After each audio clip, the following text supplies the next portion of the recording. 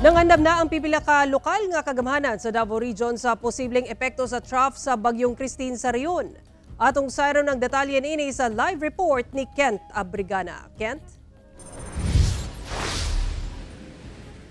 Sara, may pagawas na og advisory ang Coast Guard Station Igacos kalabot sa biyahe karong dunay pagdaot sa panahon. Samtang may pagawasab og advisory ang Coast Guard Station Davao Oriental kung asa temporaryong suspendido ang biyahe sa mga gagmayng sakayan. Ginapangandaman na sa Coast Guard Station Igacos ug Samal Island LGU ang posibleng nga epekto sa trough sa bagyong Christine sa isla.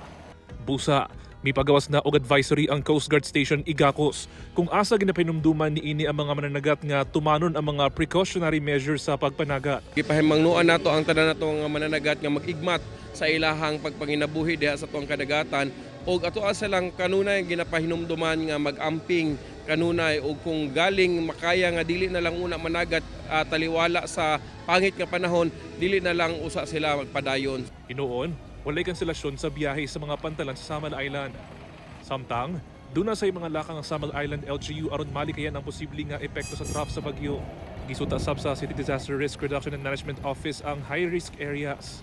Nanay warning ang atong City Disaster Risk Management Office, labi na ang City Public and Safety Office. Kabahan niya ni, nag-monitor nila. So, i-activate na po namo ang atong mga kabarangayan. Labi na ang mga coastal barangays. We have 32 coastal barangays. Padayon sa bang ilang monitoring sa mga barangay nga prone sa landslide ug pagbaha. Mga residente namo sa coastal barangays, no? Labi na sa mga low-lying mga barangays. Among ginahangyo magmatngon, magpahibalo dayon. While the city public safety office is always monitoring the situation, magmatngon ta, magpataho dayon silang barangay nga unsa na ang sitwasyon. Kung mahitabo nga ning taas na gyud ang tubig,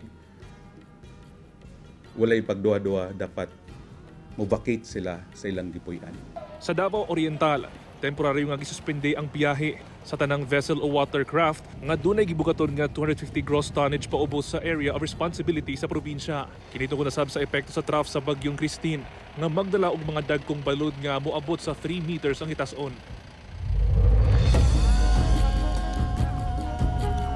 Sara, ginapaymangnuan ang mga gagmay nga sakayan nga kumamahimo, likayan una ang pagpanagat o kanunay nga magmonitor sa advisory sa Philippine Coast Guard karong nagpadayon ang daot nga panahon nga dala sa trough sa bagyong Christine. Sara. Daghang salamat, Kent Abrigana.